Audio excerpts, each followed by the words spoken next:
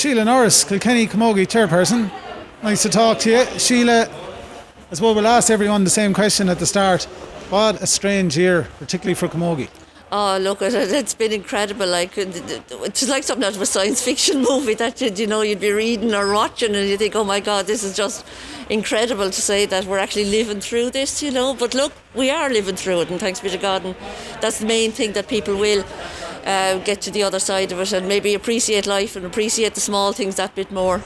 As Brian said, not every team gets to the final. There's only 2 teams left in it now, and it'd be hugely appreciative, I suppose, that the championships and that went ahead.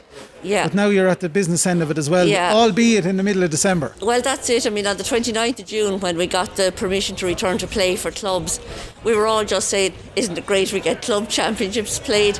And here we are now, 12, 14 weeks later, having played through all the club championships and playing to an All-Ireland final. And look, we're happy to be here at any stage. At any year we'd be happy to, but this year in particular I think means a lot to people.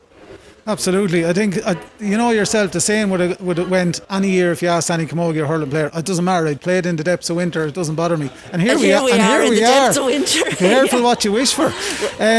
Sheila, obviously the girls are flying it. That Cork match was huge. The nerves and the tension going into it, that history, everything else. They went behind. Yeah. And then they had to fight it out at the end. Yes. But by God, they showed some resilience, I didn't just felt it was a huge testament to their character and to the belief that Brian and his team have instilled in them as well, that they know they're good enough. And so it's just to transfer that onto the field and be afraid of no one and fight to the death. And that's all you can ask of any player.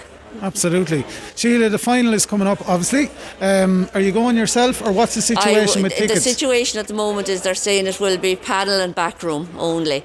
So I suppose as part of the backroom, I will be going, because I have been doing all the secretarial work, so to speak, for the team. So I will be going to it. It would be great if they'd allow players, parents, families in.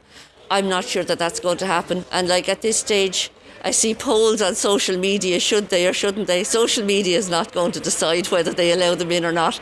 So look, we leave that. We have our job to do, NEFIT have their job to do, and the government have their job to do, so we'll only concentrate on our own. Yeah, as Brian said, there was already a concession made for the full panel to be in there. Absolutely, and that to me was so important. After that, I don't mind really. That's it. Sheila, there's a lot of work that goes on with yourselves. This doesn't just, there's a lot of organisation goes in, but there's a lot of fundraising as well. You set up that GoFundMe page and you've absolutely blitzed the target out of it. I was actually losing sleep last Saturday night after the final, thinking, well, now we need to raise money, and I decided, look, I'll set up the GoFundMe page, see what happens. And I was nearly mortified on Monday because of the traction it received. And I mean, it was strange really, because every county fundraises, be it hurling or camogie or anything else, every county fundraises when they're in All-Ireland. And but look, I'm not sorry now because it has done very, very well. It's probably been the easiest money we ever made. And we're just so appreciative to everyone who has got on board with it. And GA people, camogie people, they know that everything costs money. You know that there's no such thing as handouts, and nor should there be handouts. You have to work for what you want. And we're just so grateful to all that community who have given to us. Absolutely. At the time of this interview, there's over 11,000 raised as well, and we still have the guts of a week left. Guts of a week left, and at the moment we were planning on keeping the girls over in Dublin, but they feel that that's probably not the best option. So what we'll do is we'll set aside money for a training weekend from when things open up and they can actually get away in the springtime. Because they just felt, look, these girls are facing Christmas as well. A lot of them are working, a lot of them have families to go home to, and they just felt they'd be better off coming home. So that's the plan at this stage.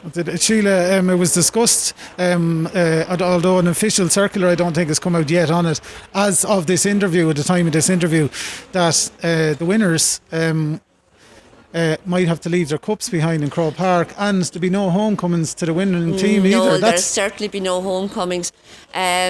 Look, it's sad, but not as sad as if the hospital was overrun by Christmas. So look, what the players want to do is win the final. They don't.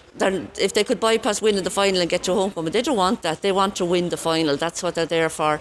So look, no homecoming. It's a disappointment. It's not a tragedy. The fact that you can't bring home the cup, we'd have to give back the cup next year anyway if we won it. So it isn't as though you get to keep the cup, you know. So look, it's all about winning the match, getting your name on the 2020 All-Ireland in what has probably been the strangest year for camogie ever. Yeah, it's all